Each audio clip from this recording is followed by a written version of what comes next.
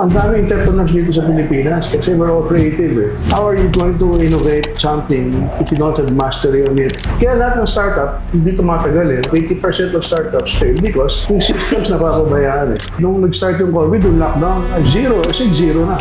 If I knew what psychotherapy can do pala to a person, I would have done that maybe 30 years ago. So you're talking about material things, wala ko na.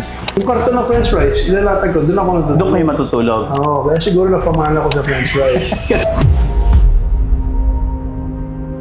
We are blessed and honored actually para ma-interview natin ang isa sa Lodi sa franchising business dito sa Pilipinas. And sa Pilipino, masarap yung feeling pag nakikita mo yung Filipino brand na nag-grow even sa ibang bansa. Sila po ang nagsimula ng French fries business, particularly the Playboy French fries dito sa atin. So isa lang po ang naisip natin pag sinabi natin French fries, it's Potato Corner. Ang kasama natin ngayon is the founder of Potato Corner, si Sir Jomag. So I am honored to be here and to answer your most likely difficult questions. Siguro sir maraming maiinggit kasi ang hirap yung interviewin ata kumuha ng schedule. So grateful talaga kami sir. No? So thank you so much. So co-founder of Potato Corner. That's Okay. Basically, sir, ilan ba talaga ang founder ng Potato Corner? Kasi kayo lang yung naisip namin eh. Nung nag-isip kami itayo yung Potato Corner, we were 4 couples. 4 kami na boys, saka mga asawa namin. Okay. Yung original na core talaga na nag-upisa ng Potato Corner. May kinalaman ba yan sa logo ni Potato Corner? In a way, may kinalaman. Kasi yung original na mascot ng Potato Corner, 4 yung buhok eh. Okay. 4 kaya 4 kami. 4 yung buhok. Yung mga uniform namin, 4 yung mascot sa likod kasi 4 kami. You know? Okay. Kaya pala, yun yung sa nabasa ko eh. Yung buhok daw is symbolize the founder of Potato Corner. Sir, babalik lang kita, no? More on, sino ba talaga si Jomag? Nung kabataan nyo po? Muna. And paano kayo nagsimula? Or ano yung transitioning ninyo? Bakit kayo from employment, sir, di po ba? To business po? The way I look at it, by accident lahat eh. By accident. Okay. Not planned. Yung mga yung mga words eh. Not planned, by accident. Gawa ng pangangailangan. Mm-hmm. Yung tatlong yun, very important sa growth yun. Tapos, yung mga hugot ko. Okay. Marami akong hugot. Marami tayong hukot. Oo. Okay. Kasi nung kabataan ko, pansin ko, bakit hindi ko maalala may mga laruan ako. Pero yung mga kapitbahay ko, yung mga kaibigan ko, ang gaganda ng mga laruan. Lumaki akong gano'n, parang kawawa naman ako. And then, trabaho na ako, hindi ako nakatapos ng college. I had to drop out because I had to work to help support my mom. My dad kasi passed away when I was in high school. So, mamimili ka, di ba? Hanap buhay muna o patapos. Akala ko, madaling decision yun. Ang hirap pala. Kaya yung mga bata dyan, yung mga students, huwag kayo mag-drop out sa sa eskwela. Sa school kagad. Kasi hirap bumalik. So, sinabi ko yun sa sarili ko eh. Okay, ino-offer ako ng full-time sa Wendy's Hamburgers. Sige. Kasi kailangan ko ng pera, kailangan nanay ko ng pera. Tulungan ko muna nanay ko. Balik na ako sa college. Pag okay na kami. Hirap palang gano'n. So, huwag kayo mag-drop out. Pagtsagaan nyo, Magtapos muna. Oh. Or mag-part-time muna magtrabaho. Nag-part-time ako, pero ang Okay. hirap pala. Ang hirap na mag-part-time. Kaya, yung mga nagpa-part-time na estudyante na naging katulad ko, bilib ako sa inyo lahat kasi ang gagaling. Ang hirap ipagsama yung part-time student at part-time work. Tapos nag-aaral ka pa. Oh, yes. Hirap. Minsan, mas Wendy's ako, part-time ako dun eh. Doon ako natutulog sa tindahan, hindi na ako uwi. Kasi pamasahe pa yun, tapos Buti pinapayagan kayo matulog doon sa... labas sa tindahan, Okay, sa loob. sa loob. Doon saan yung gwardiya, Okay. sa parking. So, napamahal siguro ako sa french fries kasi ang tinutulugan ko, naglalatag ako ng mga kahon ng french fries na yung karton ng french fries, ilalatag ko, doon ako natutulog. Doon kayo matutulog. Oo, kaya siguro napamahal ako sa french fries. Kasi, Tapos, maliligo ako sa kusina bago pumasok mag-open. Okay. Sa eskwela, kasi paggabi ako eh. Okay. So, yun. Tapos minsan, dahil busy sa araw, pasok, sa gabi, trabaho. Minsan, di na ako nakakalaban ng uniform ko. 3 araw bago ko laban yung uniform ko. So basically, talagang nabuhay na kayo doon. Bilib ako sa mga talaga working student. Sir, bakit kailangan nyo suportahan yung mom nyo during that time? My mom kasi was not working. Okay. And my dad was Pass away. passed away. He was Breadwinner. he was the breadwinner. Kasi sir, alam mo, ang thinking namin, you came from a well-off family. Well, my name because my uncle ko si President Ramon Magsaysay.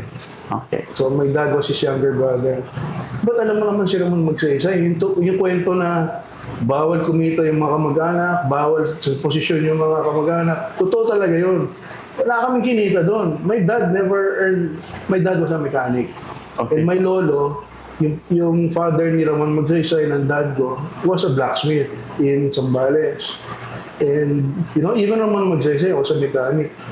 So, From the scratch so talaga. I'm still, my course really is tinkering.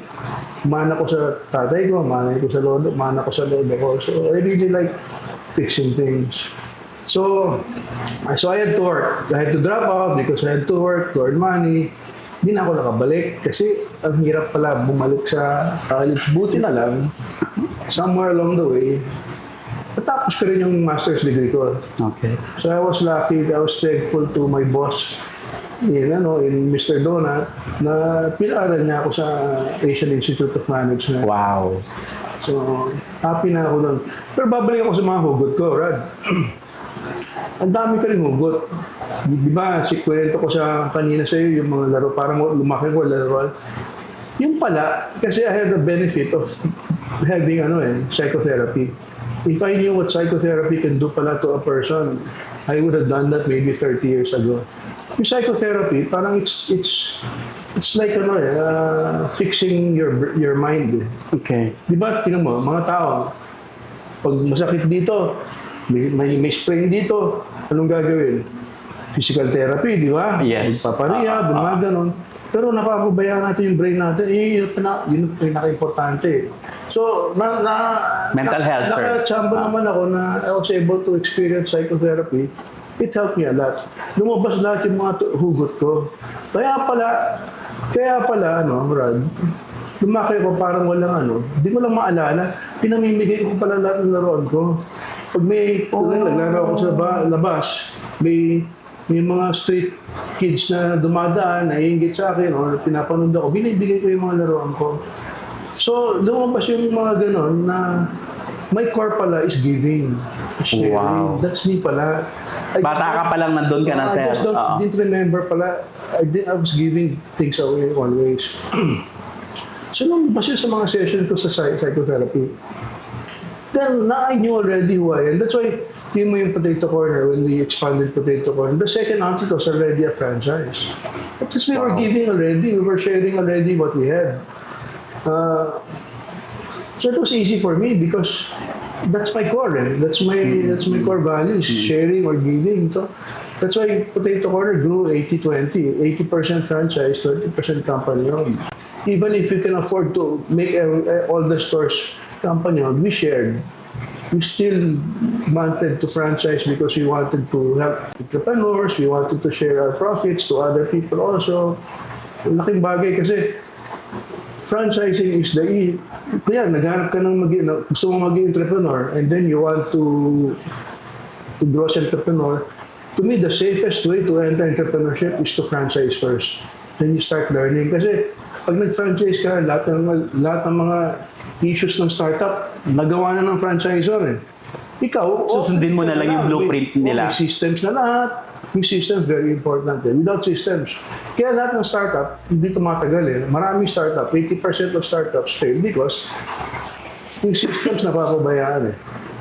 But if you franchise Potato Corner, you franchise other businesses, you franchise Mr. Donut, you franchise KFC, there's systems in place already.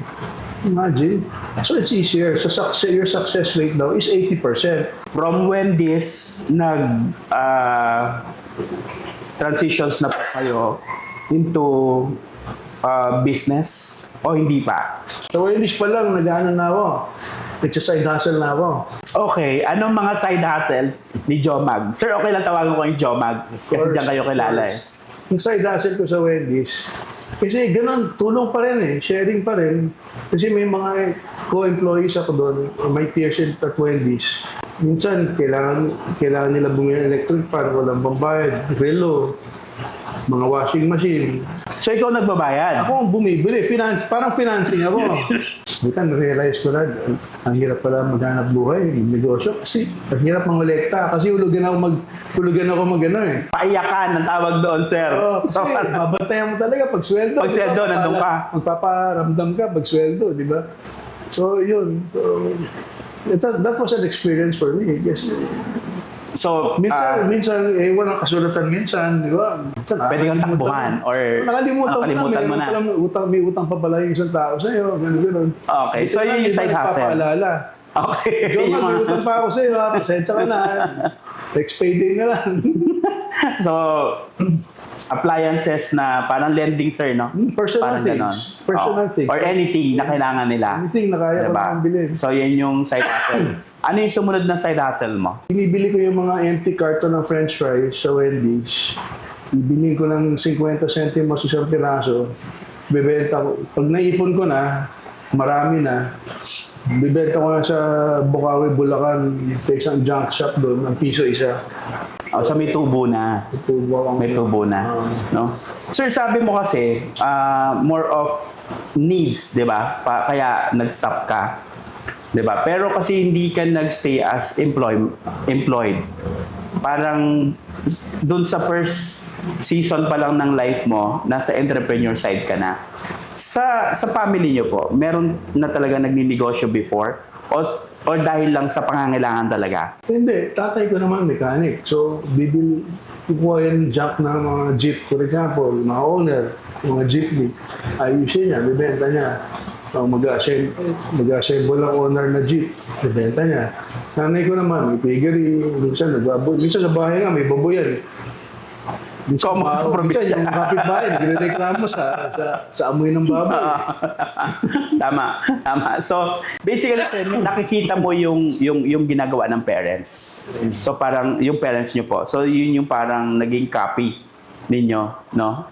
Parang, Well, I needed extra income talaga. That's why I did the side hustles.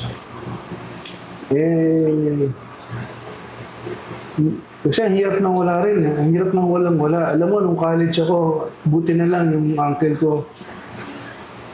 paid for my tuition. Ang problema ko, allowance. Kaya ako nag-part-time para sa allowance ko. Sometimes, kapos na kapos ako. Ang gagawin ko, sa TAF ako nag-aaral. Bahay ko sa may Cubao. medyo malayo-layo. No, so sasakay ako ng bus. Pero minsan pag wala ako pag wala, Stribo. sa stribo. Pag malapit yung konduktor, baba na naman ako, baba ako. Tapos sasakay ka ulit ng stribo. Pag malapit na naman yung konduktor, baba na naman ako hanggang makaabot ako ng Cubao. Tapos from Cubao, I have a 30-minute walk mula sa doon sa may kanto ng Aurora Boulevard tsaka EDSA hanggang sa bahay. Okay. Sir, ito yung mga magagandang story na hindi karamihan po hindi na alam o hindi namin alam. No? So, maraming mga side hustles or maraming challenges bago ka talaga makapunta dun sa mga gusto mong puntahan or ma-achieve yun. No? Siyempre, no questions na yan kung nasa ng Potato Corner ngayon. Ang tanong ko lang, sir, ano ang binili mo para sa sarili mo sa unang sweldo mo? Unang sweldo, binili ko sa nanay ko. Panggastos talaga? Wala akong binili para sa sarili Para ko. sa sarili mo? Material possession is nothing to me. I don't own anything. I don't have anything. I'm happy that I have my wife, my 3 boys, and our dogs, our pets. Marami akong pets.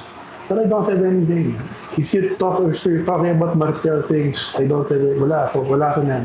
Nabanggit niyo yung mga anak ninyo. Ngayon din po ba tinuturuan niyo na silang magnegosyo or kasama niyo na sila sa negosyo din? Minsan sinasama ko sila sa mga meeting. May isang anak ko na tumutulong sa akin ngayon. So, I want my children to choose where they study, where they want to study, what they want to do in life. Di ko makikialam dyan. Gusto ko choice nila lahat yan. Pero sa tingin mo merong pwedeng sumunod sa yapak mo? Ay, lahat naman sila kaya kung kakayanin. Gugustuhin. Kasi I live and breathe work eh. So ang nila, ang programming nila is just being with me. Napoprogram na sila about how I do business, how I do business, how I Correct. talk to partners. Correct. Lifestyle niyo po, no? Kung paano niyo yung daily routine niyo sa business, no? So, basically, sir, Potato Corner currently is nasa 2,000 plus na, tama. Tapos global brand na siya. Filipino brand. Nakaka-proud, sir, no? Kami po, kahit hindi po kami yung nag-create, proud kami na Potato Corner galing sa atin, no? So, kaya saludo kami sa inyo. Lodi talaga kayo eh, kumbaga. Sir, pero kasi, ano ba ang mas importante? To create a brand o to sustain a brand? For my point of view, mas mahirap i-sustain ang brand. Lalo pa Filipinas are so creative. Ang dami entrepreneurs dito sa Pilipinas kasi we're all creative eh.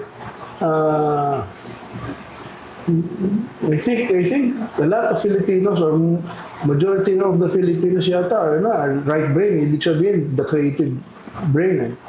So it's easy for us to come up with new ideas. But what's not very seen masyado, dapat siguro i-train is yung innovation mind. Okay. Kasi it's easy to create brands. Yan, may sisig dyan. O sige, magsisisig rin ako. Pero walang nag-iisip kung paano sisig na kakaiba na pupuntahan ka na kasi kakaiba ka eh. Just like Okay. what me and my partners did for Potato Corner.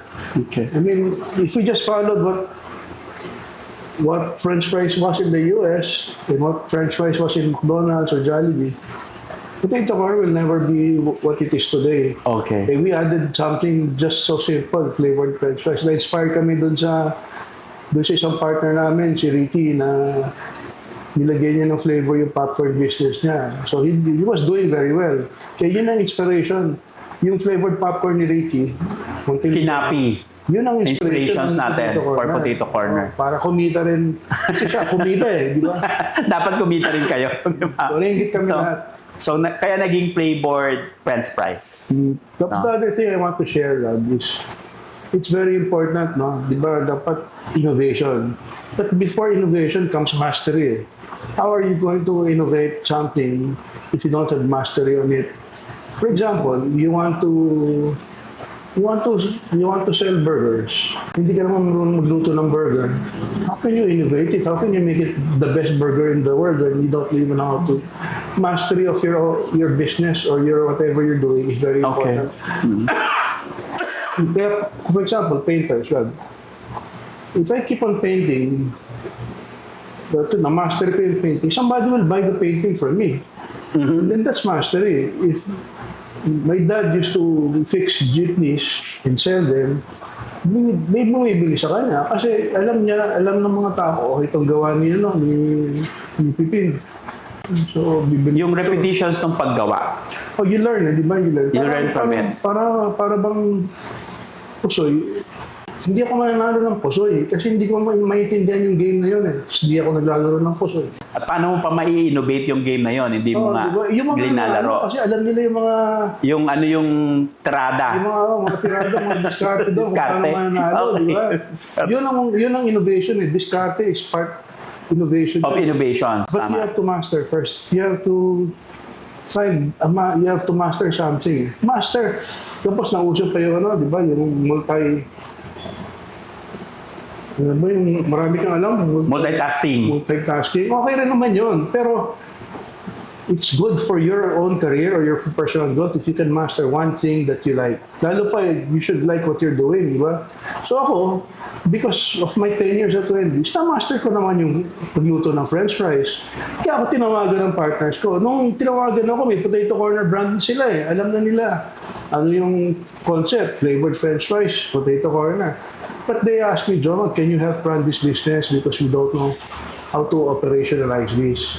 So that was my role. So doon na kayo pumasok. Ako yung operator na yun. Okay. At that time, when we started Potato Corner. Parang ang hirap mag-operate, sir. Because mahirap, lalo pa pag hindi mo alam yung ginagawa ko. Pero eventually, in operations, there's so many things, components inside operations. Correct. Mamimili ka kung saan ka bagay eh. Okay. Diba? May production, may retail, may May finance, may marketing, Yun, tama. may sales. Correct, lahat yan.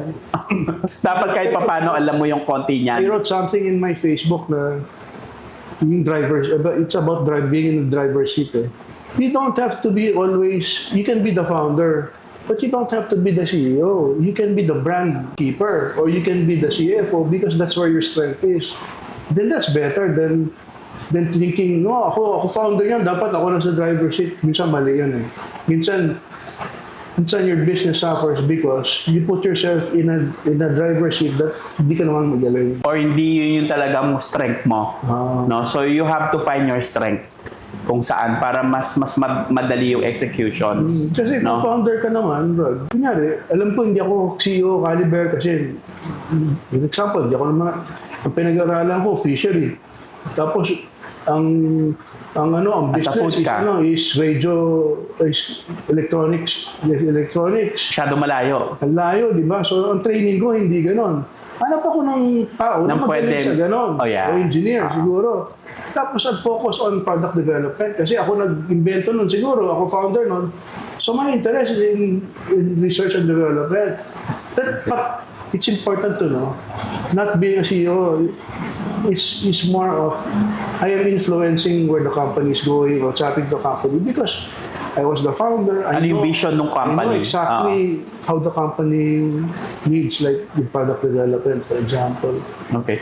Sir, dun sa journey nyo, kasi sabi mo nga innovations or creating the brand and then operating the brand, magkaiba yan. Mas mahirap ang operating the brand. Kasi sa'yo, in-upscale mo pa eh. Kasi nga, global brand na siya. Dun sa operating the brand, sir, ano ang pinaka-biggest challenges nyo po? For Potato Corner, Yes, kasi di ba may different, may finance, may supplies, may marketing, may sales. Ano yung pinaka-biggest na challenges nyo kung meron man? Or may point po ba na naisip nyo na baka hindi mag-succeed yung Potato Corner? well, of course, we passed through two strong crises. Eh. The first one was in the late 90s, yung Asian economic crisis. Halos nawala yung Potato Corner doon. Which is, may ilang store na kayo noon, sir? We had 120 stores when before, 120 stores na kayo. before the Asian economic. And then after the crisis, We were left with less than 40 stores. 40. Buti na lang may franchising kami kasi ang natira ng open franchisee. wow. So ang galing More than 50 plus % ng stores na wala o nag-close. Oh, may higit. Migit. Oh, may higit Okay. 50% na wala. So hindi itong COVID, that was another crisis. So Sa COVID, sir, medyo marami na kayo. 1,000 plus data kayo prior to COVID. Correct. Pero affected pa rin, which is ayan, yung COVID, nung nag-start yung COVID, yung lockdown, zero na. zero operations. Zero operation. Zero operations. Wala pa masyadong takeout nung una kasi, no? Swerte ngayon nasa takeout na di ba? Like Army Navy, di ba? Ang galing ni Army Navy, ang ganda ng timing eh. Kasi, saka hindi Yellow Cab, necessities, Army no? Navy, di ba? Gagaling nila eh. Siyempre, French fries ba o mabigat na pagkain? Alam natin, ang French fries is not a very nice product to deliver eh. Not like Kasi pizza, diba? magsasag po. Correct, Tama. oo. Kaya hindi siya pwede.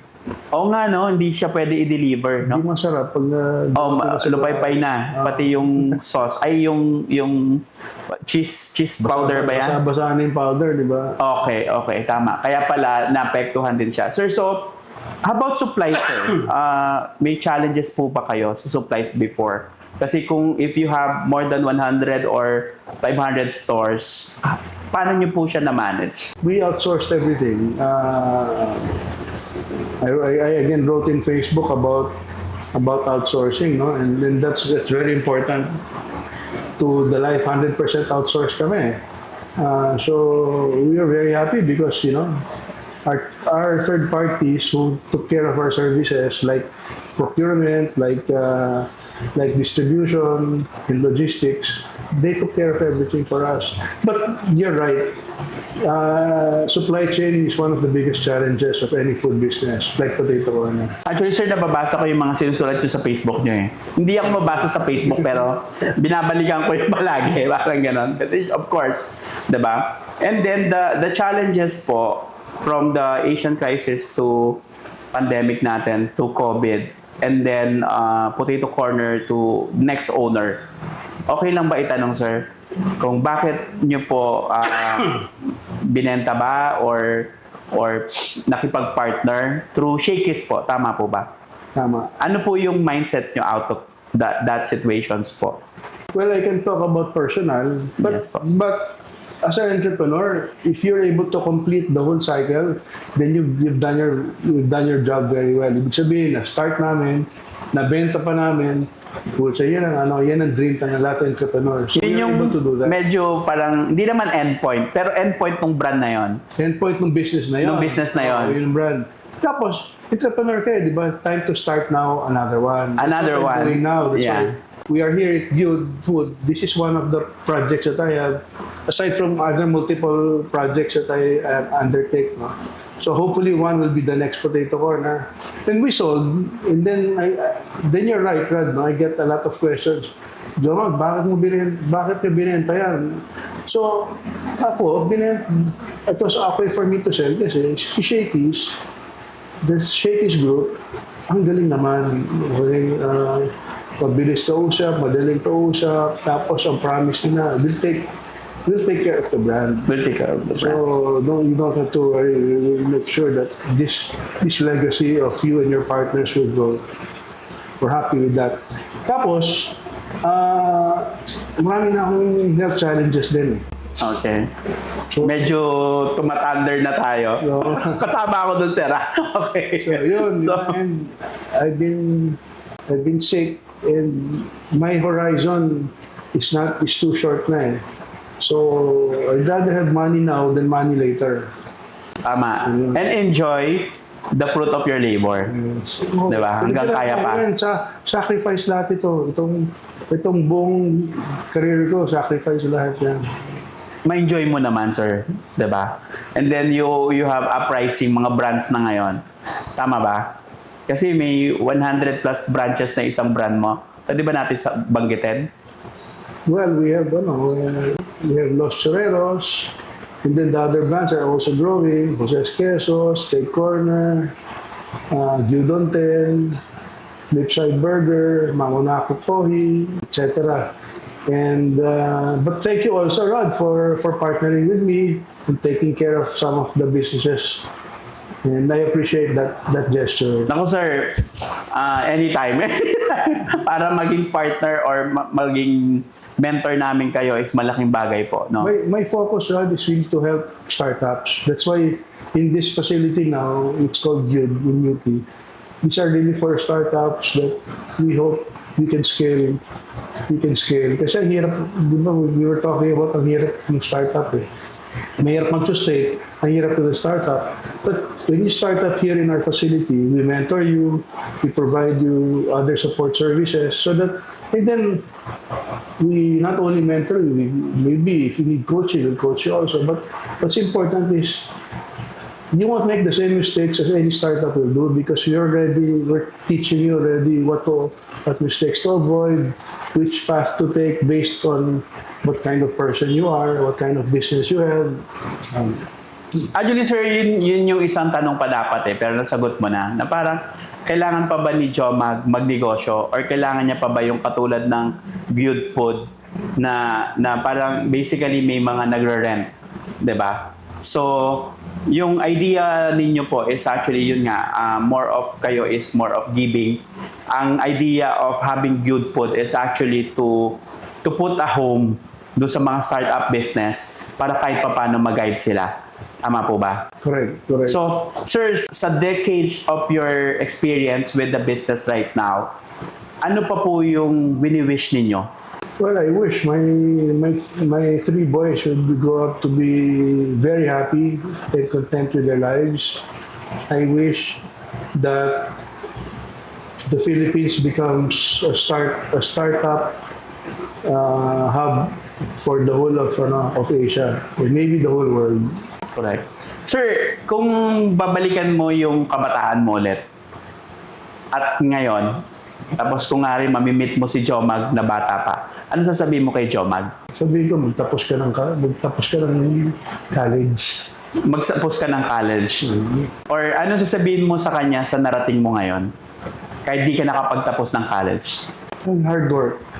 You know that in a way also, my not being a college graduate, that handicap at that time was the one that made me work harder because I had to show that I worked harder kasi wala akong lifeline, wala akong magulang na mayaman, wala akong imamana. Correct. Hindi ako graduate, hindi ako makakapasok sa corporate, wala akong diploma. So, that handicap made me work harder. And I grew at Wendy's. It was not only the support of Wendy's management, because, I tried to work harder so that wala silang masabi sa akin. Sir, tanong ko yung common questions. Diploma o diskarte? Ako, diskarte. Siyempre, galing ako sa diskarte. Diskarte. Pero kasi sinasabi mo pa rin, magtapos pa rin. Eventually, siguro, nakatapos na naman ako. On the latter part. I was able to say, finally, nakatapos din ako. Okay. Sir, sa dami ng empleyado ninyo ngayon, ano yung tinitignan nyo sa isang empleyado? Of course, yung trustworthy or honest. And then, masipag. At saka may kusa. Malasakit. May malasakit.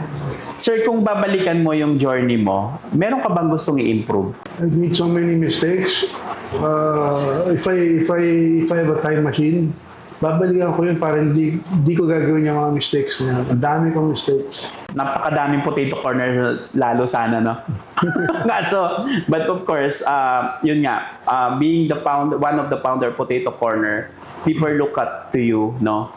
Ang thinking kasi po nila is yun nga, nanggaling sa well-off na family, na hindi naman namin alam yung pinagdaanan ninyo, na natutulog po kayo sa karton, tama, na nag-lending na kayo or lending ba o nagpautang para lang makasurvive, no? These are the challenges that build Jomag ngayon. Ang questions po, sir, anong mas importante, income o mental health? Mental health. Bakit, sir? Kasi it's hard to gain income when you have problems with your mind. So fix your mind and income will come. Fix your mind and your income will come.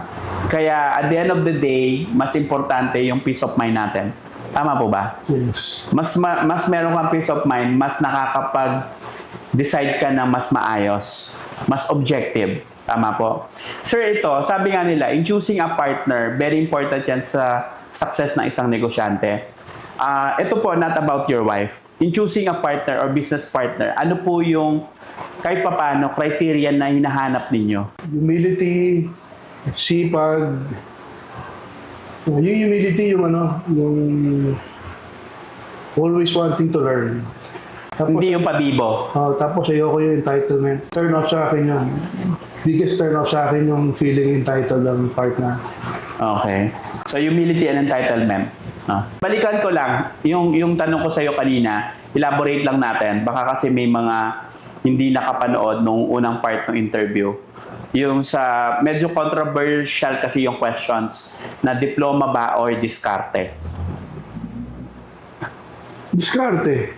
Diskarte on your end, di ba? Kasi nga, walang chance para mag-aral, no?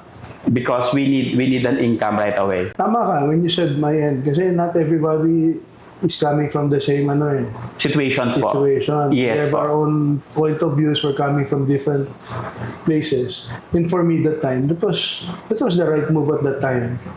Okay.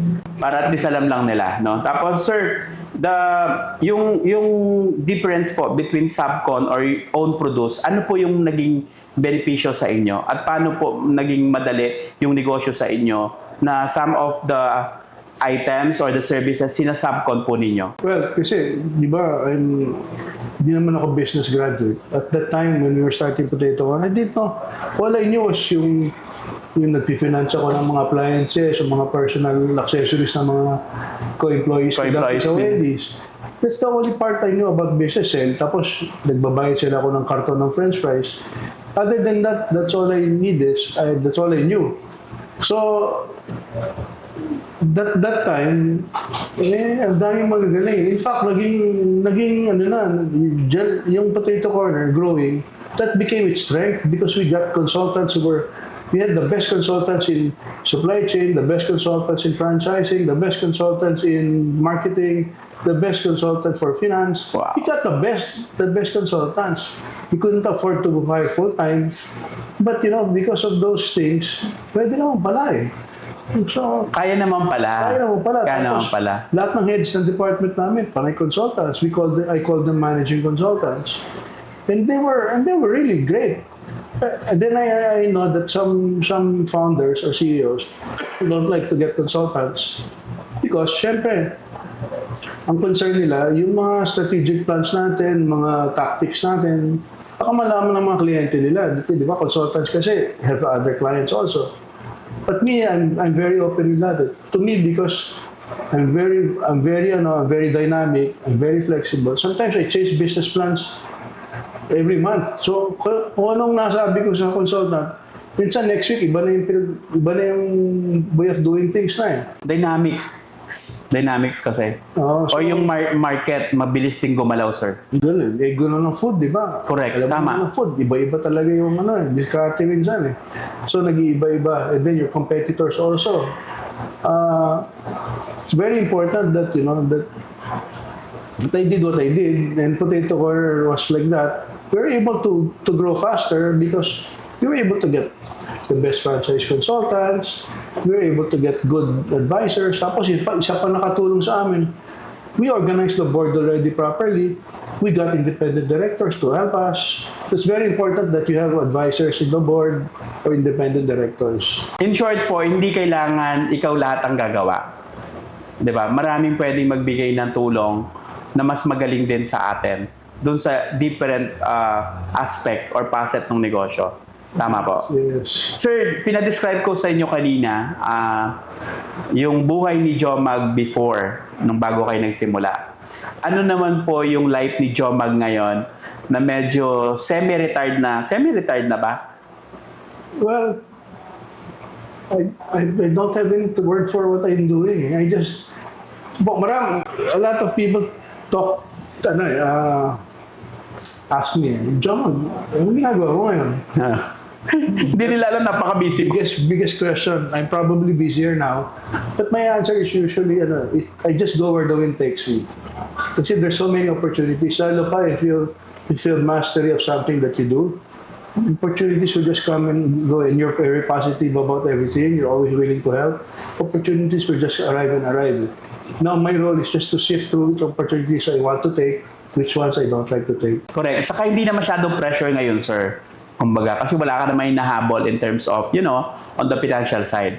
Kaya you have the capacity to choose na. Mga anak ko, graduate na. So, ano ang ginagawa ni Jomag para mas kumalma kayo or nakaka-relax sa inyo? Hobby, sir. Hobby. Ito yung hobby ko eh. Yung mentoring, coaching, I sit in the board of some companies. It's like a hobby to me. I enjoy doing this eh. I enjoy helping out entrepreneurs. I enjoy strategic planning. So that's my hobby actually. Okay. Ang sarap ng hobby ni sir. Ang sarap ng hobby ninyo. I thought ang hobby nyo is mag-bike. Kasi one of our meeting, di ba, nakita kita, dumating ka, nakabike ka. Sabi, ang cool naman ito. And then one of your videos sa Facebook, nakaangkas ka. Ba't ka ba nakaangkas, Sir Jo? Ay, nagmamadali ako noon kasi meron ako meeting. Medyo, pag hindi ako nag-angkas, malilate ako eh. So, iniwan ko yung kotse. Nag-angkas ako. Papunta sa meeting. Oh, yan po si Jomag, nag-aangkas para makarating lang sa meeting ng on time. I don't like to arrive late eh. Pet peeve ko yan eh, yung tardiness. Okay. Sir, ito, ano po yung sa tingin nyo ngayon na pasasalamatan ninyo or tao ba yan or inspirations ninyo kung nasan po kayo ngayon? Well, siyempre nanay ko dahil cheerleader ko yun eh. Okay. She'll do anything for me. Di ba wala akong pera. Opo. Pagkita mo yung sacrifice sa nanay ko. Siya magluluto ng munggo para sa kanya yun. Munggo sa kanya. Tapos ako, lulutuan niya ako ng burger. Wala kami nun. Pakita mo yung sacrifice niya. Tapos, naalala ko yun eh, dati. Kasi, lahat ng pagkain ko prito. One time, medyo, walang yari ako doon nung bata ako eh. So, I regret talking to my mom that way. So, sa mga nakikinig sa mga podcast mo, tell them to respect their parents. Kasi I was alam mo, nasigawan ko yung nanay ko noon. Sabi ko sa nanay ko, to, prito na naman. Prito ng prito. Sawa na ako sa prito. Umiyak yung nanay ko sa harap ko. So, painful. So, yun nga, parang maraming sacrifice yung mga parents natin. But, aminin na natin, may stage naman ng life natin sa kabataan natin na may ganun sitwasyon talaga. Kasi probably hindi pa natin naunawaan masyado yung sitwasyon. Pero kasi for me, hindi naman late para bumawi. 'Di ba? Kasi mas naunawaan mo na. So, simple lang, mahalin natin yung mga magulang natin at alagaan natin sila habang nandyan pa sila. Siguro sir, nung nagkapera na kayo or kumikita na kayo, kahit paano po na, kumbaga, na-share nyo na yan sa family ninyo. Tama po ba? Ano po yung proudest moment ninyo sa negosyo? My proudest moment is letting my mom making bantay the business. Kasi nasa yung bodega ng Potato Corner at sa opisina sa bahay. For the first 4 years, nasa bahay yan. Yung nanay ko, pag wala ako, nanay ko nagbabantay. So, nag-engage na rin siya to help you out. Oh, tama po. Sa isang Jomag po ngayon, ano po yung dasal ninyo sa gabi? I hope that everybody will love each other and treat everybody with kindness. Wow. Alam niyo po, na-speechless ako pag sumasagot si Sir Jomag. No? Para kasing ang tingin namin yung Lodi talaga because of the success. Pero pag nakausap mo, mararamdaman mo yung puso na mapagbigay, and then yung humility as a person. No, I think yun yung isang success or success factor kung nasan man po kayo ngayon, no. So, second po, we would like to say thank you for your time in gracing our show, and I hope marami pa po kayong matulungan like me, no, ma-mentor, mag-guide sa negosyo na papasukan namin. And we thank you also sa mga binubuo ninyo kung saan pwede kami maglagay ng brand, no. So, ang tanong ko na lang po sa inyo, sir, is meron ba talagang retirement para sa isang negosyante? Yung retirement for me is either mag-list ka, maging public listed ka, that's your retirement already. Or you're able to sell your business, that's retirement already. Or if it's a family corporation, your children are able to take care of the business for you. For me naman, I'm thankful to you and my partners because my partners, ang handshake ko sa mga partners ko is, pare, walang iwanan. Sana, no? Sana let's take care of each other. We're doing this business together so that the business will take care of us. That's my handshake to all my business partners. Wow. So I want to thank, no, si George, si Jenny, si Marivic, si Danny, Vicky, Lisel, and my wife, no, Ines. So thank you to all of them for helping me start, for getting me to be a partner in Potato Corner. And all my business partners who are running the businesses that I invest in, which I thank them for taking care of me. Yun yung maganda, di ba? Parang at the end of the day, sabi nga, tama, yung negosyo ang mag-aalaga na sa'yo. Pero dapat yung pagiging mabuting tao, hindi nawawala yan kahit naging successful ka na. Looking back doon sa mga co-founders nyo po with Potato Corner, I believe masaya rin po sila kung saan po nakarating ang Potato Corner ngayon. Ang last questions ko na lang, sir, kung nandyan po yung mom nyo ngayon sa harapan ninyo, ano po yung ikukwento at sasabihin nyo sa kanya? Ay, thank you. What I'll say to my mom is thank you. Napakasimple, no? Thank you, pero malaman. Sa dami na interview mo, ano pa yung hindi natanong sa'yo, sir? If you have a good concept, if you know of a property, for example, that we can put a food court in or an incubation center, or if you have a very audacious idea for a food concept or a business concept, sabihin niyo sa akin. And then maybe we can be partners together. Yan. So, Salamat sa iyo, Rod. Salamat sa inyo lahat sa pakikinig dito sa podcast na ito. Basta pag meron kayong idea, may concept kayo, may space kayo na pwede natin lagyan ng negosyo, partner tayo. okay, once again, this is Rad Pelayo, your host, and this is the Rich Kid Mindset Podcast.